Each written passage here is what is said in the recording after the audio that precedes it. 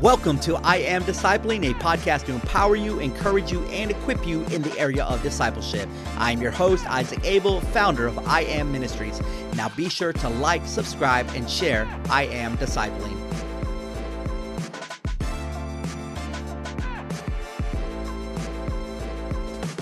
Welcome back to your podcast, and for those of you following, I hope you've been getting a better understanding of what it means to be a disciple of Christ. And so I want to get started by sharing a story. See, because it's summertime, and some of you guys are sending your kids off to camp, multiple camps. Well, my wife and I decided to do the same thing. We decided to sign our kids up and send them off to camp almost like a week after they got into their summer break. And this is a quick story that I'm going to use in order to make a point. And so it goes something like this, okay? So my kids are getting ready for camp, and the night before I drop them off to get on the vehicle that's going to take them up to Roanoke, Virginia, I get with the children, and I do this. Okay, do you have your towels?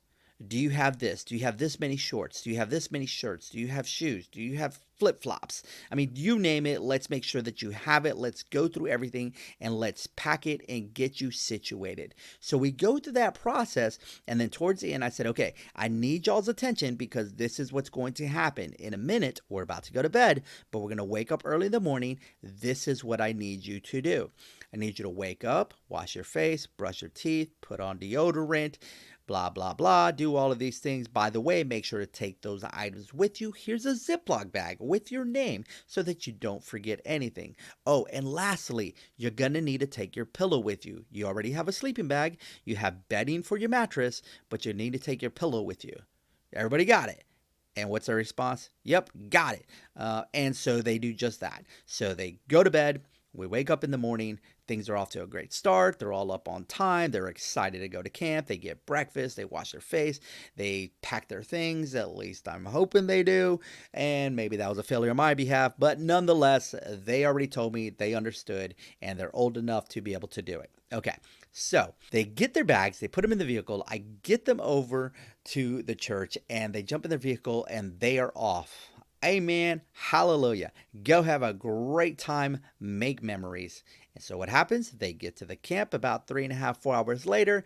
And it didn't take long before I got my first text message, which was good because some of you guys know when you send your kids to camp, you're probably not going to hear from them. And I kind of suspected that was going to be the case, except for I finally get a text.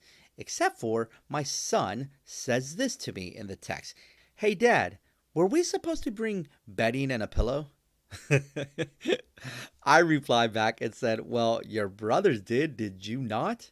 He goes, oops, sorry, I forgot. Okay, no big deal whatsoever. So I text him back because I don't want him to panic. And I basically say this, hey, just get with your cabin leader. They'll figure out. I'm sure they'll be able to hook you up with a pillow. And if not, worst case scenario, I will reach out to some of the cabin leaders there because I know some people that are already there as leaders for this week. And I'll cash out them or I'll sell some cash, whatever. They'll get you a pillow. You'll be fine. Okay, sounds good. That's like at the afternoon. The whole day goes on. We don't hear anything back. I did not think that I was going to hear from them. But the next morning, I decide, well, now I'm going to text them. It's 8 in the morning. They should be up by now. They're getting moving. They're going to get their breakfast. Let me just send a text to the boys and say, hey, good morning. Praying for you. Hope your first day at camp went amazing. By the way, how did the pillow situation work out? And this is what I get in response. No, I actually used my sleeping bag as a pillow and covered myself with the towel. Can I tell you this? This boy was roughing it, and apparently he thought he was going to be showing up to like an all-inclusive resort, and there's no pillow for him. But now, not only does he not have a pillow, and not only did he not get with a cabin leader to resolve the situation, he's now telling me that he used his sleeping bag as a pillow and covered himself through the night with his towel. Why in the world did he use his sleeping bag as a pillow and a towel to cover?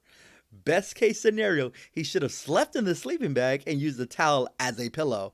I'm so done. But here's the point I want to make. On the topic of discipleship, sometimes you have to improvise because worldly comfort is not guaranteed when you don't know where you will rest your head. So, the title of this episode is Disciples Don't Carry Pillows. Today, this episode is being crafted out of Matthew chapter 8, verses 18 through 20. And let me start by saying this. The cost of following Jesus requires a commitment to not get comfortable with where you are at. And so prior to verse 18, I have to give you guys a little bit of context leading into the section of scriptures that we're going to be using. So what's going on prior to verse 18 is that Jesus has entered Peter's house where he saw Peter's mother-in-law lying in a bed with a fever. Jesus touches her hand and the fever left her, and she got up and began to wait on him. At this moment, Peter's mother-in-law is laying in bed and does not have any sort of comfort. It wasn't until Jesus touched her that she was able to wait on him. And I'm just going to say it like this. Some of you may have the desire to serve Jesus, to serve him, but perhaps there is something present that is keeping you from getting up. And I am believing in faith that Jesus would touch your life just like he did Peter's mother-in-law, and that in the same way you would be able to get up from where you are lying and go ahead and serve Jesus. Go ahead and wait on Jesus, because I know the desire is there. I've seen it in people where they want to do more, but for whatever reason, something is holding them back, something is holding them bound, and it's very similar to that of Peter's mother-in-law. She's laying in bed, she has a fever, Jesus touches her, and immediately the fever leaves. What does she do? She's able to get up from her position, not having any comfort and just basically bedridden because of this fever, but she's able to get up and wait on Jesus. But the story goes on to tell us that when the evening had come, many who were demon-possessed were brought to Jesus, and he began to drive out the spirits with a word. Not only was Jesus setting captives free from demonic possession, though, he was also healing those who were sick. So a lot is actually taking place here as far as Jesus showing up to Peter's mother-in-law's house. She's healed, the fever leaves, she waits on him, and then all of a sudden people just start flocking to Jesus, and they start bringing all kinds of people to him, those who were demon-possessed, those who were ill, and deliverance starts happening, healings start happening. And now we can look at verse 18. You see, in verse 18, after many were being delivered and healed, a crowd starts to surround Jesus, and he says this to his disciples: cross to the other side of the lake. Okay, check this out. Crowds require movement. I want to start off by saying that. Crowds require movement. As a disciple, don't ever get comfortable with the crowd developing around you. I get it. Growth looks pleasing. But can I tell you that oftentimes the crowd forming consists of people only willing to accompany Jesus? Jesus is not looking for company, guys. He's looking for faithful, devoted actions to go wherever he commands you to go. That's what he's looking for. And just seconds ago, I stated that oftentimes the crowd, it's formed by people who are willing to accompany Jesus. Well, watch this. In verse 19, what happens? It says that a teacher of the law approaches Jesus and says these words: "Teacher, I will follow you wherever you go." So this teacher shows up and tells Jesus that he would be willing to follow him wherever he goes. But the context is that many people have just been delivered, that people have been healed, and that a crowd has developed.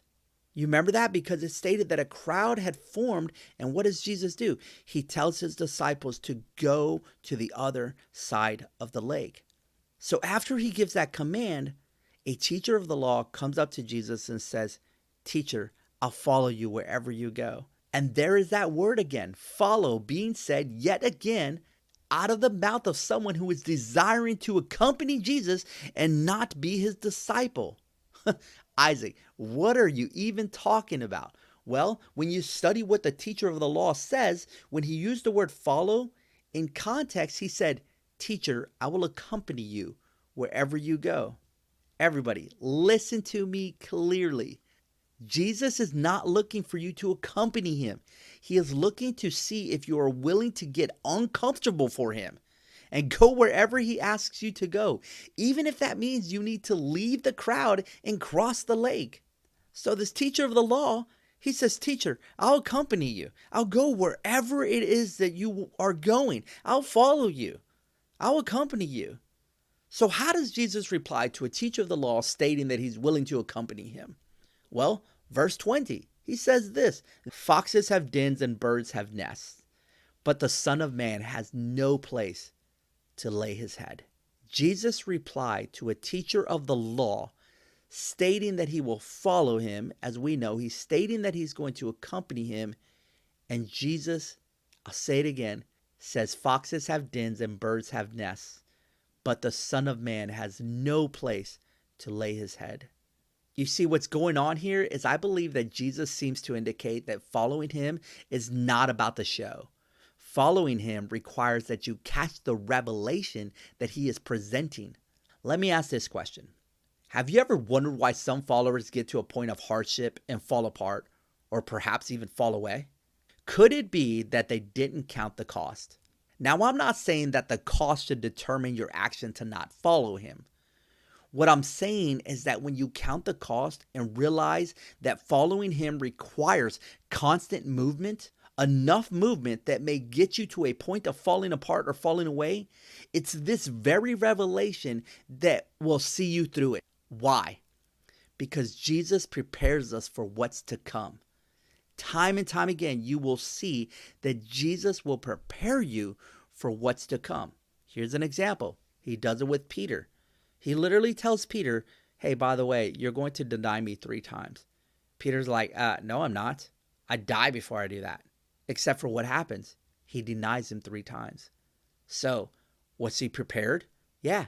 Jesus literally told him he was going to do it. And it happened. It unfolded that way. So the point is that Jesus will always prepare us for what's to come. Okay, let me put this thought together, because this is what Jesus is saying. You want to follow me? Well, then let me inform you that I don't stop moving, and for that reason, I don't have a place to lay my head. So you want to follow me? Well, don't get in the habit of getting comfortable, because I'm going to keep it moving. Let me say it this way. Disciples don't carry pillows. As a disciple, you have to count the cost and be aware of the request. Follow me, as in let it all go and trust me. Not only that, let go of your worldly comforts and get to the other side of the lake. Walk away from the crowd and know this. If the Son of Man says that he has no place to lay his head, it's probably because following him comes at a cost of always stepping into the next thing. Jesus does not desire that we get comfortable with the current crowd. He actually desires that we catch up this revelation. Following Jesus requires a devotion and a willingness of obedience to go wherever he leads you. Now remember this, worldly comfort is not guaranteed when you don't know where you will rest your head. I'll say it again, disciples don't carry pillows.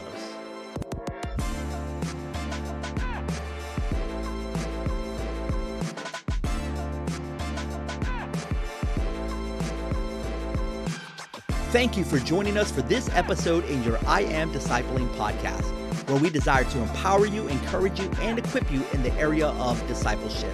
Now take a brief moment to subscribe and share the podcast.